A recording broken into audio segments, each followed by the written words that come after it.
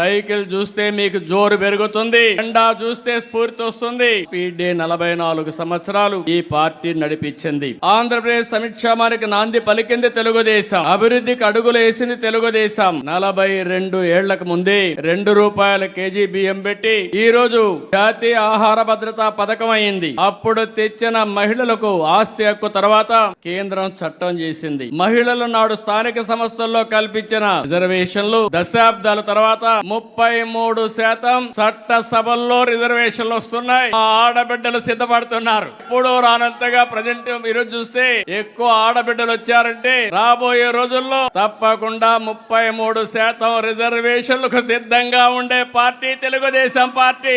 కార్యకర్త లేకపోతే తెలుగుదేశం పార్టీయే లేదు. అందుకే కార్యకర్తే అధినేత.